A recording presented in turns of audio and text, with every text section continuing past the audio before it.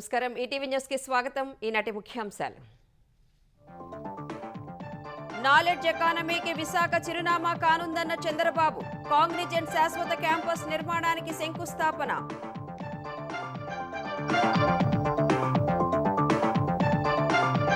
మరో 8 సంస్థలకు భూమి పూజ చేసిన సీఎం. విశాఖను $135 బిలియన్ ఆదాయ కేంద్రంగా మారుస్తామని ఉద్ఘాటన. అల్లూరు జిల్లా బస్ ప్రమాదంలో 9 మంది దుర్మరణం. పొగమంచు, ఘాట్ రోడ్డుపై అవగాహన లేమి కారణమని నిర్ధారణ.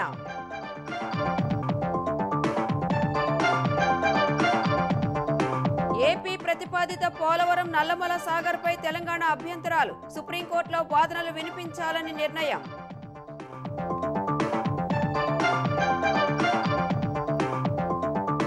ఫోన్ ట్యాపింగ్ కేసులో సిట్ ఎదుట లొంగిపోయిన ప్రభాకర్ రావు. 7 గంటలు ప్రశ్నించిన పోలీసు అధికారులు.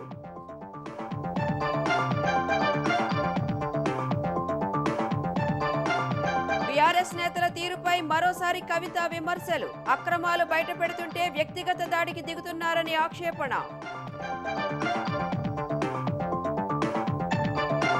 ఉపాధి హామీ పథకాన్ని పూజ్య బాపు గ్రామీణ రోజ్గార్ యోజనగా మార్చిన కేంద్రం. జనగణనకు 11,718 కోట్లు కేటాయింపు.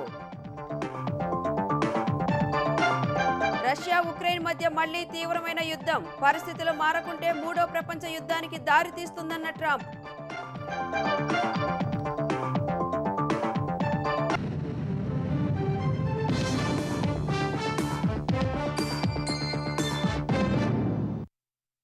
నాలెడ్జ్ ఎకానమీకి విశాఖ చిరునామాగా మారుతుందని ముఖ్యమంత్రి చంద్రబాబు ఉద్ఘాటించారు. 2032 నాటికి విశాఖ ఎకనామిక్ రీజియన్ను $135 బిలియన్ ఆదాయ కేంద్రంగా మారుస్తామన్నారు.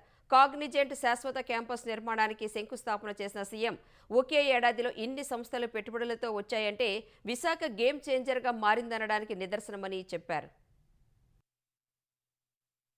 విశాఖ మధురవాడలో ఐటీ సంస్థ కాగ్నిజెంట్ శాశ్వత క్యాంపస్ నిర్మాణానికి సీఎం చంద్రబాబు, మంత్రి నారా లోకేష్ కాగ్నిజెంట్ ప్రతినిధులతో కలిసి శంకుస్థాపన చేశారు. కాపులుప్పాడ ఐటీ హిల్స్ లోని 21.31 ఎకరాల్లో 1583 కోట్ల రూపాయలతో 3 దశల్లో క్యాంపస్ నిర్మాణం చేయనుండగా 2026లో మొదటి దశ పూర్తయ్యేలా ప్రణాళిక రూపొందించారు. మొదటి దశలో 3,000 మందికి ఉద్యోగ అవకాశాలు లభించనున్నాయి. 3 దశలు పూర్తయ్యే నాటికి 8,000 మందికి ఉద్యోగాలు వస్తాయి. ఇదే సమయంలో రియల్ ఎస్టేట్ సంస్థ సత్వా సహా టెక్ తమ్మినా, నాన్ రైల్ technologies, Asian infotech, image innovate tech solutions, fluent grid limited, Motherson technology, Quarks technosoft సంస్థల కార్యాలయాల నిర్మాణానికి కూడా చంద్రబాబు భూమి పూజ చేశారు. ఈ శంకుస్థాపన తర్వాత మాట్లాడిన సీఎం చంద్రబాబు ఎకనామిక్ రీజియన్ కింద విశాఖను అభివృద్ధి చేస్తున్నామని తెలిపారు. ఐటీ సంస్థలు, ఏఐ డేటా సెంటర్ల ఏర్పాటుతో విశాఖపట్నం చాలా ఫాస్ట్గా మూవ్ అవుతోంది. 2032కే ఈ ప్రాంతంలో దగ్గర 125 నుంచి 135 బిలియన్ ఆదాయాన్ని వచ్చేట్టుగా ఎకనామిక్ రీజియన్ ని అభివృద్ధి చేస్తామని చెప్పి కూడా నేను మీకు తెలియజేస్తున్నా. ఫ్యూచర్ నాలెడ్జ్ ఎకానమీకి విశాఖపట్నం ఆంధ్రప్రదేశ్ చిరునామాగా తయారవుతుంది. ఈరోజు విశాఖపట్నం ఏఐ హబ్గా తయారవుతుంది, డేటా సెంటర్ హబ్గా తయారవుతుంది. ఇంకొక పక్కన ఎస్క్రో అకౌంట్ తీసుకొస్తున్నాం. మీకు నేను ఏదైనా కమిట్ అయితే సావరిన్ ఫోర్స్ పెట్టి మీ డబ్బులు మీ అకౌంట్ లో వచ్చేట్టుగా ఎప్పుడెప్పుడు ఇస్తామో క్లియర్ కట్ గా డేట్ కూడా పెట్టి మీరు ట్యాక్సులు కడతానే పాస్ త్రూ మీకు ఇచ్చే బాధ్యత నేను తీసుకుంటున్నాం అని చెప్పి కూడా నేను మీకు తెలియజేస్తున్నా.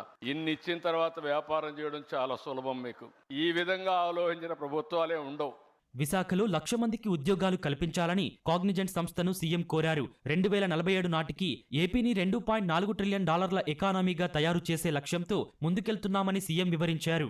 2047కి ఇండియా నెంబర్ 1 కంట్రీ అయితే ఆంధ్రప్రదేశ్ రాష్ట్రం స్వర్ణాంధ్రప్రదేశ్ గా 2047కి $2.4 ట్రిలియన్ ఎకానమీగా, అదే సమయంలో $40,000 పర్ క్యాపిటల్ ఇన్కమ్ గా ముందుకు పోతున్నాం. ఈ రెండు సాధ్యం. We are aiming 15% growth rate. I'm assuring you I'm going to achieve it. My aim is Cognizant has to provide 1 lakh jobs over a period of 4 years, 5 years time. It is not impossible. Hyderabad 75,000. I am asking him to provide 1 lakh jobs. For that, what all you need, you tell me, we are going to provide. AP ఆర్థిక వ్యవస్థ పరివర్తనలో Visakha economic region కీలకంగా మారనుందని మంత్రి లోకేష్ అన్నారు. విశాఖను AP ఆర్థిక వ్యవస్థకు power house గా మార్చడమే లక్ష్యమని చెప్పారు. అనుకున్న గడువు కన్నా నెల ముందే కాగ్నిజెంట్ కార్యాలయానికి శంకుస్థాపన, తాత్కాలిక కార్యాలయం ఏర్పాటు చేశామని సంస్థ అమెరికా విభాగాధిపతి సూర్య, సీఈఓ రవికుమార్ తెలిపారు. అల్లూరు జిల్లాలో జరిగిన ఘోర బస్సు ప్రమాదంలో 9 మంది మరణించారు. చింతూరు మారేడుమిల్లి ఘాట్ రోడ్లోని రాజుగారి మెట్ట మలుపు వద్ద యాత్రికులతో వెళుతున్న బస్సు అదుపు తప్పి ఘాట్ రోడ్ నుంచి కింద పడింది. ఈ ప్రమాదంలో 5 మహిళలు సహా 9 మంది మృతి చెందగా పలువురు తీవ్రంగా గాయపడ్డారు. గాయపడిన వారిలో 5 పరిస్థితి విషమంగా ఉంది. ప్రమాదం ధాటికి మృతదేహాలు చెల్లాచెదురుగా పడిపోయాయి. బాధితుల ఆహాకారాలతో ప్రాంతమంతా భీతావహ స్థితి నెలకొంది. కళ్లెదుటే అయిన వారిని కోల్పోవడంతో వారి రోదనలు మిన్నంటాయి. ప్రమాద సమాచారం తెలుసుకున్న పోలీసులు హుటాహుటిన ఘటనాస్థలికి చేరుకున్నారు. యుద్ధ ప్రాతిపదికన సహాయక చర్యలు చేపట్టారు. మృతదేహాలను వెలికి తీశారు. క్షతగాత్రులకు అక్కడే ప్రాథమిక చికిత్స చేసి మెరుగైన వైద్యం కోసం ఆసుపత్రులకు తరలించారు. ప్రమాదానికి గురైన బస్సు చిత్తూరు జిల్లాకు చెందిన ప్రైవేటు ట్రావెల్స్ కు చెందినదిగా పోలీసులు గుర్తించారు. అన్నవరం నుంచి భద్రాచలం వైపు వెళుతుండగా ప్రమాదం జరిగింది. ప్రయాణికులు చిత్తూరు జిల్లాకు చెందిన వారిగా గుర్తించారు. ప్రమాద సమయంలో బస్సులో 2 డ్రైవర్లు సహా 35 మంది యాత్రికులు ఉన్నారు. మృతుల కుటుంబాలకు ఏపీ సర్కార్ 5 లక్షలు, కేంద్రం 2 లక్షలు పరిహారం ప్రకటించాయి. క్షతగాత్రులకు రాష్ట్ర ప్రభుత్వం 2, కేంద్రం 50,000 చొప్పున ప్రకటించాయి.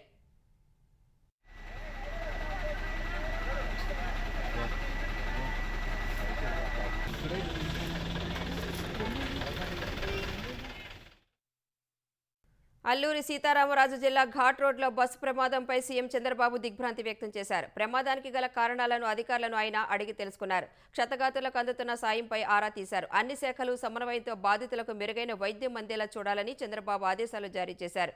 మృతుల కుటుంబాలకు ఉప ముఖ్యమంత్రి పవన్ కళ్యాణ్, మంత్రి లోకేష్ ప్రగాఢ సానుభూతి తెలిపారు.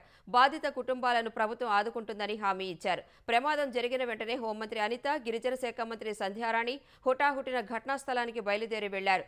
దైవ దర్శనానికి వెళుతుండగా ప్రమాదం జరగడం బాధాకరమని మంత్రులు అచ్చెన్నాయుడు, సత్యకుమార్, మండిపల్లి రాంప్రసాద్ రెడ్డి, బీసీ జనార్దన్ రెడ్డి విచారం వ్యక్తం చేశారు. మృతుల కుటుంబాలకు ప్రగాఢ సానుభూతి తెలిపారు. బాపట్ల జిల్లా కొల్లూరు మండలం దోనేపూడి సమీపంలో ఆటో పంట కాలువలోకి దూసుకువెళ్లిన ఘటనలో 3 చనిపోయారు. మరో 2 తీవ్ర గాయాలతో ఆసుపత్రి పాలయ్యారు. కొల్లూరు నుంచి ఆటో వెల్లటూరు వైపు వెళుతుండగా అదుపు తప్పి కంట కాలువలోకి దూసుకెళ్లినట్లు ప్రత్యక్ష సాక్షులు తెలిపారు. ఈ ఘటనలో చింతమోటుకు చెందిన చాటగడ్డ కాంతారావు, పెసర్లంక శ్రీనివాసరావు, షేక్ ఇస్మాయిల్ ప్రాణాలు కోల్పోయారు. సమ్మెట పోతురాజు, గణేష్ తీవ్రంగా గాయపడగా వారిని తెనాలిలోని ప్రభుత్వ వైద్యశాలకు తరలించి చికిత్స అందిస్తున్నారు. ఈ ఘటనపై సమాచారం రాగానే అక్కడికి వెళ్లిన ఎమ్మెల్యే నక్క ఆనందబాబు ప్రమాదం స్థలాన్ని పరిశీలించి మృతులు, క్షతగాత్రుల కుటుంబ సభ్యులకు ధైర్యం చెప్పారు. ఆంధ్రప్రదేశ్ ప్రభుత్వం చేపడుతున్న పోలవరం నల్లమల సాగర్ లింక్ ప్రాజెక్టుపై సుప్రీంకోర్టులో అభ్యంతరాలు తెలపాలని తెలంగాణ సర్కార్ నిర్ణయించింది. ఈ మేరకు సుప్రీంకోర్టులో వాదనలు వినిపించాలని సీనియర్ న్యాయవాది అభిషేక్ సింఘ్వీని కోరింది. పోలవరం బనకచెర్ల లింక్ ప్రాజెక్టుపై కూడా తెలంగాణ ప్రభుత్వం గతంలో కేంద్రానికి ఫిర్యాదు చేసింది. అనంతర పరిణామాల నేపథ్యంలో బనకచెర్ల లింకును పక్కన పెట్టిన ఏపీ సర్కార్ పోలవరం నల్లమల సాగర్ లింకు చేపట్టింది. డిపిఆర్ తయారీ కోసం టెండర్లు కూడా పిలిచింది. నల్లమల సాగర్ లింకుతో తెలంగాణకు నష్టం జరుగుతుందని ప్రభుత్వం ఇప్పటికే గోదావరి నదీ యాజమాన్య బోర్డు కేంద్రానికి ఫిర్యాదు చేసింది. ఢిల్లీ పర్యటనలో ఉన్న నీటిపారుదల శాఖ మంత్రి ఉత్తమ్ కుమార్ రెడ్డి ఇందుకు సంబంధించిన అంశాలపై దృష్టి సారించారు. రేపు ఢిల్లీలో పోలవరం బనకచెర్ల లింక్ అంశంపై సమీక్షించడం సహా అభిషేక్ సింఘ్వీతో మంత్రి ఉత్తమ్ సమావేశం కానున్నారు. హైదరాబాద్ ఉప్పల్ స్టేడియంలో రేపు జరిగే ఫుట్బాల్ మ్యాచ్కు అన్ని ఏర్పాట్లు పూర్తయ్యాయని రాచకొండ పోలీస్ కమిషనర్ సుధీర్ బాబు తెలిపారు. సీఎం రేవంత్ ఫుట్బాల్ దిగ్గజం మెస్సీ ఆడే మ్యాచ్ కోసం అన్ని భద్రతాపరమైన ఏర్పాట్లు చేశామని వెల్లడించారు. మెస్సీ మ్యాచ్కు టికెట్లు ఉన్నవాళ్లు మాత్రమే రావాలన్నారు. హైదరాబాద్ ప్రతిష్టను మరింత పెంచేలా ప్రేక్షకులు క్రమశిక్షణతో మెలగాలని సూచించారు. సీసీటీవీ కెమెరాలు, డ్రోన్లతో నిరంతరం నిఘా ఉంటుందన్నారు. వ్యక్తిగత వాహనాల కన్నా ప్రజా రవాణాను ఉపయోగించుకోవాలని సిపి సూచించారు. అటు కాంగ్రెస్ అగ్రనేత రాహుల్ గాంధీ కూడా ఫుట్బాల్ మ్యాచ్ తిలకించేందుకు వస్తున్నారని ఆ పార్టీ నేతలు తెలిపారు. is to get full match here, not just exhibition match, but doing best, dignified గా డీసెంట్ గా బిహేవ్ చేయాలి. స్టేడియం దగ్గర ఏ పాస్లు అమ్మబడవు అని ఆన్లైన్ లోనే ఆల్రెడీ అమ్మడం జరిగింది. సో ఎవరైతే పాస్లు ఉండవో వాళ్ళు స్టేడియం దగ్గర రావద్దు. మెస్సీ గారికి ఈస్ గాట్ జెడ్ కేటగిరీ బందోబస్త్ ట్రాఫిక్ పర్స్పెక్టివ్ లో గ్రీన్ ఛానల్ లో ఆయన ట్రావెల్ చేస్తారు. So vehicle will be moving very speed. So there is no chance of seeing him also. మీరు అతను చూడొచ్చు అని స్టేడియం దగ్గరకు వస్తే కనబడదు అనుకుంటే that is also not possible. మెస్సీతో ఫుట్బాల్ మ్యాచ్ పేరిట కాంగ్రెస్ ప్రభుత్వం 100 కోట్ల రూపాయల కుంభకోణానికి తెరతీశారంటూ హైదరాబాద్లోని సింగరేణి కార్యాలయం ఎదుట బీజేపీ ఆందోళన చేపట్టింది. మెస్సీ మ్యాచ్కు సింగరేణి కాలరీస్ స్పాన్సర్ చేస్తోందని బీజేపీ శాసనసభాపక్ష నేత ఏలేటి మహేశ్వరరెడ్డి తెలిపారు. ఒక్కరోజు మ్యాచ్ కోసం 100 కోట్లు ఖర్చు చేస్తున్నారని, తన పరపతి కోసం సీఎం రేవంత్ రెడ్డి ప్రజాధనాన్ని దుర్వినియోగం చేస్తున్నారని విమర్శించారు. తన ఆరోపణల్లో నిజం లేకుంటే రాజకీయ సన్యాసానికి సిద్ధమని మహేశ్వరరెడ్డి సవాల్ విసిరారు.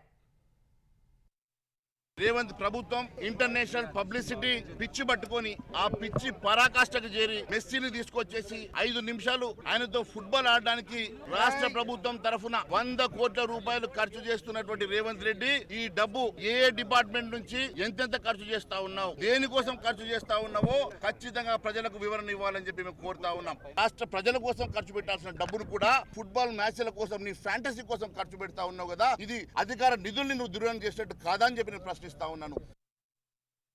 తెలంగాణలో సంచలనం సృష్టించిన అక్రమ ఫోన్ ట్యాపింగ్ కేసులో మాజీ ఐపీఎస్ అధికారి ప్రభాకర్ రావును పోలీసులు దాదాపు 7 గంటల పాటు విచారించారు.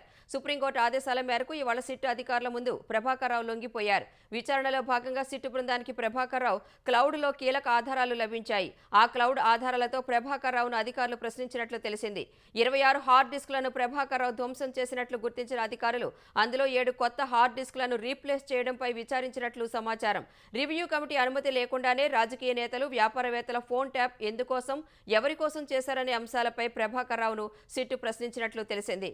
ప్రభాకర్ రావును 7 రోజులు జూబ్లీహిల్స్ పోలీస్ స్టేషన్లోనే ఉంచనున్నారు. ఆయనకు ఇంటి భోజనం, ఇతర మందులు అనుమతిస్తారు. మహాత్మా గాంధీ జాతీయ గ్రామీణ ఉపాధి హామీ పథకం పేరును పూజ్యబాపు గ్రామీణ్ రోజ్గార్ యోజనగా మారుస్తూ కేంద్రం నిర్ణయం తీసుకుంది. పని దినాల సంఖ్యను 100 నుంచి 125 రోజులకు పెంచింది. ఒక రోజుకు ఇచ్చే కనీస వేతనాన్ని 240కి పెంచింది. ప్రధాని మోదీ అధ్యక్షతన సమావేశమైన మంత్రివర్గం ఈ మేరకు నిర్ణయం తీసుకుంది. అటు బీమా రంగంలో 100% విదేశీ ప్రత్యక్ష పెట్టుబడుల బిల్లుకు కూడా కేబినెట్ గ్రీన్ సిగ్నల్ ఇచ్చింది. ప్రస్తుతం సాధారణ, జీవిత, ఆరోగ్య బీమాలో 74% వరకు ఎఫ్డీఐలకు అనుమతి ఉంది. 2027లో జరిగే జనగణనకు 11,718 కోట్లు కేటాయిస్తూ కేబినెట్ నిర్ణయం తీసుకుంది. జనగణన 2 విడతల్లో జరగనుండగా 2026 ఏప్రిల్ నుంచి సెప్టెంబర్ వరకు ఇళ్ల జాబితాలు రూపొందిస్తారు. 2027 ఫిబ్రవరి నుంచి జనగణన, కులగణన చేపడతారు. జనగణనను తొలిసారి డిజిటల్ విధానంలో చేపడుతున్నట్లు కేబినెట్ భేటీ తర్వాత సమాచార శాఖ మంత్రి అశ్విని వైష్ణవ్ తెలిపారు. గ్రామ పంచాయతీలకు జరిగిన తొలి విడత ఎన్నికల్లో 65% పైగా కాంగ్రెస్ మద్దతుదారులు గెలిచారని టీపీసీసీ అధ్యక్షుడు మహేష్ కుమార్ గౌడ్ అన్నారు.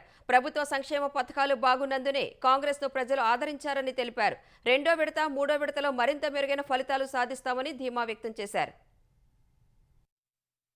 62-63%తో పాటు ఇండిపెండెంట్ చాలా మంది గెలిచినారు, కమ్యూనిస్టులు గెలిచినారు. వాళ్ళంతా కూడా మా మద్దతుదారులు, మా పరస్పరంగా సహకారంతో గెలిచిన సందర్భం. ఇవన్నీ కలుపుకుంటుంటే 75% అవుతా ఉంది. అంటే ఈ రాష్ట్రంలో ప్రతిపక్షం బీఆర్ఎస్ పార్టీ, బీజేపీ కలిపితే కూడా 25% దాటట్లేదని వాస్తవం. 75% ప్రజలు ఇవాళ కాంగ్రెస్ వైపు ఉన్నారు, కాంగ్రెస్ పాలన పట్ల సంతృప్తిగా ఉన్నారనేది ఇవాళ వాస్తవం బయటకు వచ్చింది. మీరు అన్నట్టుగా కొన్ని చోట్ల ఎమ్మెల్యేలు సరిగా కోఆర్డినేట్ చేయని చోట 2వ ఫేసు, 3వ ఫేసు వారికి పరీక్షలాగా ఉంటుంది. ఆ దశగా ప్రయత్నం చేస్తారు. తెలంగాణలో తొలి దశ గ్రామ పంచాయతీ ఎన్నికల్లో కాంగ్రెస్ ఎన్ని దౌర్జన్యాలు చేసినా పోరాడి సర్పంచులుగా, వార్డు మెంబర్లుగా గెలిచిన బీఆర్ఎస్ మద్దతుదారులకు ఆ పార్టీ కార్యనిర్వాహక అధ్యక్షుడు కేటీఆర్ శుభాకాంక్షలు తెలిపారు. సాక్షాత్తు ముఖ్యమంత్రి పంచాయతీ ఎన్నికల కోసం జిల్లాల పర్యటన పేరిట ప్రచారం చేసినా కనీసం 44% సీట్లను కాంగ్రెస్ గెలుచుకోలేకపోయిందని ఎద్దేవా చేశారు.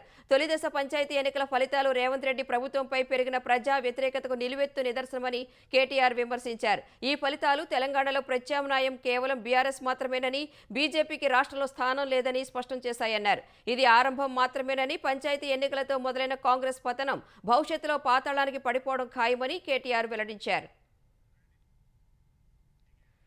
బీఆర్ఎస్ ప్రజాప్రతినిధులు చేసిన అక్రమాలు, దాష్టీకాలను తాను బయటపెడుతుంటే తనపై, తన భర్తపై ఆ పార్టీ నేతలు పనిగట్టుకుని దుష్ప్రచారం చేస్తున్నారని తెలంగాణ జాగృతి అధ్యక్షురాలు కల్వకుంట్ల కవిత ఆరోపించారు.